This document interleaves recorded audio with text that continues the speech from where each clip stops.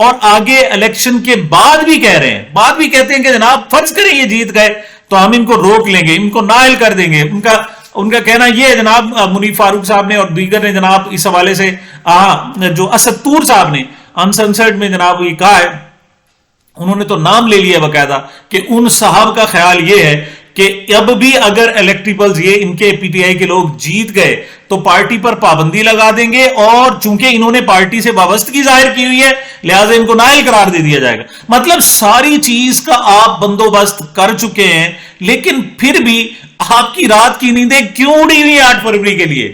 بھائی آپ تو سب کچھ کر چکے ہیں، پھر آپ کو نیند نہیں آتی، پھر آپ پریشان ہیں، پھر آپ مطلب ہر وہ آپ اب تازہ کیا کریں؟ گرفتاریاں کر دی گئی ہیں۔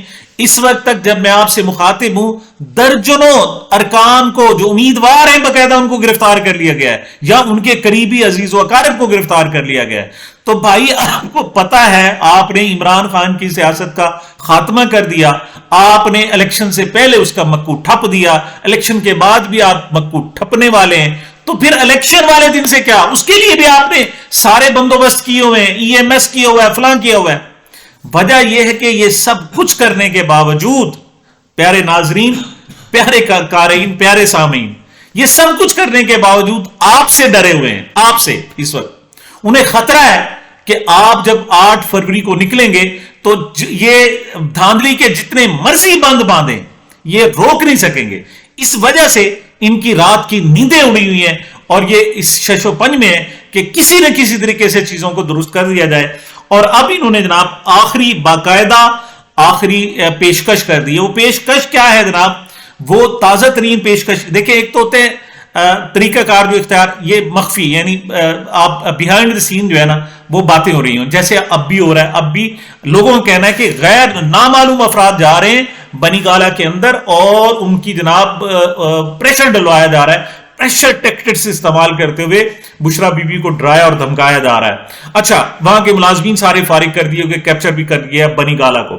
تو اب جناب پیشکش آ گئی ہے سر عام لوگوں کو، تاکہ ان کے ووٹرز کو بھی پتا چلے اور پبلک کو بھی پتا چل جائے، اور یہ پیشکش ماؤتھ پیسز کے ذریعے کروائی جاتی ہے۔ یہ جب روزانہ آتا ہے نا منیف فاروق کو کہتا ہے جی کل جو ظلم ہونا ہے وہ تو بہت زیادہ ہے، آج جو ظلم ہوا ہے پی ٹی آئی والوں کو وہ تو تھوڑا ہے، کل جو ظلم ہوگا وہ تو اس سے بھی زیادہ ہے۔ اس کے بعد جناب کوئی اور آ جاتا ہے، اب سہار عالم صاحب آ جاتے ہیں، کوئی اور آ جاتا ہے، بڑا ظلم ہونے والا ہے، بہت ظلم ہے۔ مطلب آپ نے سب کچھ ڈرا دھمکا دیا۔ تو اب جناب نئی پیشکش جاوید چودھری صاحب کے ذریعے، کالم نگار ہیں، اینکر پرسن ہیں، انہوں نے ایک کالم لکھا ہے۔ آپ کو میں سارا کالم پڑھا کر بدمزہ نہیں کرنا چاہتا، میں صرف بتا دیتا ہوں، لیکن 2 پیراگراف میں آپ کے سامنے لازمی پڑھوں گا۔ وہ کہتے ہیں پیپلز پارٹی کو اندازہ ہو گیا ہے کہ اگر وہ اسٹیبلشمنٹ کی غلامی قبول نہیں کریں گے تو ان کو 3 نقصان ہوں گے۔ پہلے لمبی جلاوطنی ہوگی، اور جناب ان کے سرمایہ کی بربادی ہوگی، الیکشن پر جو سرمایہ ضائع کریں گے وہ برباد ہو جائے گا، اور دوسرا پارٹی کا خاتمہ ہو جائے گا۔ اور سیم صورتحال مسلم لیگ نون کو بھی پتا چل گیا۔ انہوں نے کہا جی جب بھی ہم جناب ذرا جاتے ہیں اسٹیبلشمنٹ سے دور تو ہمارے کاروباری نقصان بڑے ہو جاتے ہیں، ہمارے جناب سیاسی، معاشی اور کاروباری نقصان ہوتے ہیں، لہذا 35 سال ہم نے دیکھ لیا، اب ہم پکی غلامی میں آ گئے۔ اور میاں نواز شریف صاحب نے بالکل وعدہ کر لیا ہے کہ وہ سوال ہی پیدا نہیں ہوتا اسٹیبلشمنٹ سے لڑیں، فوج سے بالکل نہیں لڑیں گے۔ لفظ فوج انہوں نے استعمال کیا ہے کہ ہم اس بار فوج سے نہیں لڑیں گے اور اپنی مدت پوری کریں گے۔ اچھا، اس حوالے سے جناب آگے بات کرتے ہوئے اب وہ جو جاوید چودھری صاحب پہنچانا چاہتے ہیں میسج، عمران خان کو بھی اب یہ نقطہ سمجھ لینا چاہیے، ہم تیسری دنیا میں ہیں، اور تیسری دنیا میں صرف طاقت کی پرستش ہوتی ہے۔ مطلب یہاں پر پاکستان میں صرف طاقت کی پرستش ہوتی ہے، یہاں انقلاب اور حقیقی آزادی صرف خوابوں میں ممکن ہے، اور یہ اس وقت تک خوابوں میں رہے گی جب تک سیاسی لیڈرز اور عوام ایک نہیں ہوتے، اور ہمیں اس منزل تک پہنچنے کے لیے ابھی بہت لمبا سفر طے کرنا ہے۔ یہ 5-10 سال کی بات نہیں، مگر سیانے کہتے ہیں جب انسان کی مت ماری جاتی ہے تو پھر اسے بڑی بڑی حقیقتیں بھی دکھائی نہیں دیتی۔ تو جناب وہ کہتے ہیں کہ ہاں ہے، ہونا تو یہ چاہیے، ہم تیسری دنیا میں، لہذا ہمارے لیے ضروری ہے کہ لا الہ الا اللہ چھوڑ دیں، ان بتوں کی پوجا کر دیں، ان کی، کیونکہ یہ طاقتور ہیں لہذا ان کی پوجا کرنی چاہیے۔ اور وہ کہتے ہیں جناب کہ یہ آپ چاہیں کہ حقیقی آزادی ملے تو اس کے لیے وہ جو جاوید چودھری صاحب فارمولا بتا رہے ہیں، وہ کہتے ہیں صرف ایک صورت کہ لیڈرز اور عوام مل جائے. یہ بالکل آپ نے درست کہا ہے کہ عوام لیڈرز کے ساتھ کھڑی ہو جائے تو پھر واقعی حقیقی آزادی مل سکتی ہے. تو جاوید چودھری صاحب، میں آپ کی بات کو سیکنڈ کرتے ہوئے یہ کہتا ہوں کہ یہ بالکل ٹھیک ہے. اور 8 فروری کو عمران خان کو پتا ہے کہ عوام میرے ساتھ کھڑے ہو جائیں گے. وہ پہلے جو جولائی کے الیکشن ہوئے تھے اس میں بھی کھڑے ہو گئے تھے. اس کے علاوہ جب کہیں عمران خان صاحب نے عوام کو آزمایا ہے، وہ اس کے اعتماد پر پورا اترے ہیں اور ناقابل یقین چیزیں ہوئی ہیں. اس نے جناب اسپتال بنانے تھے، ناقابل عمل ناقابل یقین منصوبہ تھا، عوام ساتھ کھڑے ہو گئے، وہ بن گیا. وہ پاکستان کے اوورسیز پاکستانی ہیں، وہ بن گیا. تو اب بھی عمران خان کو یقین ہے کہ وہ کھڑے ہو جائیں گے. اور آپ جو کہہ رہے ہیں نا کہ اس 2-4 سالوں میں ممکن نظر نہیں آ رہا، آپ دیکھیں عمران خان صاحب نے وہ جو دہائیوں کا سفر تھا وہ اپنی جیل میں بیٹھ کر چند دنوں چند مہینوں میں طے کر لیا ہے. اور آج 6 جناب فروری جو ہے تو پورے کے پورے 6 مہینے ہو گئے. 6 اگست کو ان کی گرفتاری ہوئی تھی، اب 6 مہینے اور کچھ دن ہو گئے جناب، بلکہ کچھ لمحے اوپر ہو گئے. تو یہ معاملہ طے ہونے جا رہا ہے. آپ نہ ڈرائیں کہ خدائی طاقتوں کے سامنے آپ کھڑے ہوں گے تو آپ کو نہ آزادی ملے گی، اور آپ کے لیے بہتر ہے کہ آپ طاقت کی پرستش کریں. آگے جناب اسی کالم میں وہ کہتے ہیں جی ان کی مت ماری گئی تھی، کیا ضرورت تھی؟ اچھا، مختلف دلائل ہے. کہتے ہیں جی آپ دلائل دیتے تو یہ جناب جو کیسز ہیں عمران خان کے خلاف 6 مہینے لٹکا سکتے تھے. اور آگے جناب عدت کیس میں کہتے ہیں آپ دلائل یہاں دیتے ہی نہ، یہاں تو ویسے کر لیتے. مطلب جب مت ماری جاتی ہے تو اس قسم کے مشورے دیے جاتے ہیں جس قسم کے آپ دے رہے ہیں. اچھا جی، اب آخری جو بات وہ کہتے ہیں وہ ذرا سننے والی ہے جناب. وہ یہ ہے کہ عمران خان کے لیے اس عدت کیس میں 1000 نشانیاں چھپی ہیں. خان کو اب تک یہ سمجھ جانا چاہیے یہ اگر سیاست کرنا چاہتے ہیں تو پھر انہیں آصف علی زرداری اور نواز شریف کی طرح عقل کو ہاتھ مارنا ہوگا. انسان اوپر خدا اور نیچے ریاست سے بگاڑ کر امن سے زندگی نہیں گزار سکتا، اور یہ دنیا کی تلخ ترین حقیقت ہے. میں نجومی نہیں ہوں کہ یافت شناسی بھی نہیں ہوں، لیکن صحافت کے 30 سالوں کے تجربے کے بعد میں یہ سمجھ سکتا ہوں عمران خان کے پاس اب بھی ایک موقع موجود ہے. یہ ریاست کے سامنے سرنڈر کرے، سمجھوتا کرے، اپنی پارٹی اور خاندان کو بچائے، امن کا راستہ اختیار کرے اور 2028 کے الیکشن میں جیت کر اقتدار میں آ جائے.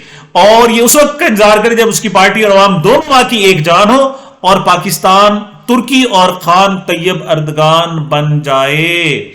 اس وقت سے پہلے حقیقی آزادی صرف عدالتوں میں ایڑیاں رگڑ سکتی ہے.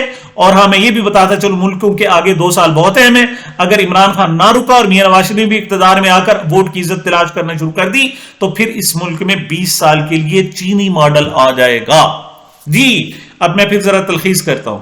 خان صاحب کو پھر آخری آفر کی گئی ہے کہ آپ صرف اشاروں کنایوں میں قبول کر لیں کہ آپ یہ جو الیکشن ہوں گے اس کے بعد آپ باہر نہیں نکلیں گے تو آپ کی پارٹی بھی بچ سکتی ہے، خاندان بھی بچ سکتا ہے، آپ کو عدالتوں میں ایڑیاں بھی رگڑنی نہیں پڑیں گی. ٹھیک ہے جی. اور کیا، اور پھر 2028 میں آپ کو اقتدار بھی دے دیا جائے گا. اتنی بڑی پیشکش ہے جناب، اتنی بڑی پیشکش. لیکن اور پھر دھمکی کیا ہے؟ نہیں تو 20 سال کے لیے آگے مارشل لا آ رہا ہے. یہ جاوید چودھری صاحب آپ کو میسج پہنچا رہے ہیں کسی کا. لیکن خان نے ایسی ایک نہیں درجنوں پیشکشوں کو اپنی جوتے کی ٹھوکر پہ رکھا ہے. یقین کریں اڑا دیا. کیوں؟ خان کو یقین ہے کہ 8 فروری کو لوگ اس کے ساتھ کھڑے ہوں گے، لوگ باہر نکلیں گے. اور میں آپ کو ایک آخری بات میں اپنی طرف سے کہہ رہا ہوں، یہ اپنے ناظرین کو، اپنے نوجوانوں کو، اپنے ووٹرز کو، پاکستانیوں کو، میرے پاکستانیوں میں بتا رہا ہوں، دیکھیں عمران خان کا یہ کچھ بھی نہیں بگاڑ سکتے. یہ لوگ کچھ بھی نہیں بگاڑ سکتے. آج وہ کہے میں سیاست چھوڑ کے جا رہا ہوں، انگلینڈ جا رہا ہوں، یہ شادیاں نہیں بجائیں گے، واہ واہ کریں گے اور آئندہ اس کا جناب متبرک نام لیں گے اور اس کے خلاف ایک لفظ بھی نہیں بولیں گے، ورنہ انہیں پتا ہے وہاں سے بیٹھ کر ایسی تیسی پھیر دے گا. اور ایسا خان اگر کرے گا تو یہ کوئی وہ بھی نہیں. قائد اعظم نے بھی ایسے کیا تھا.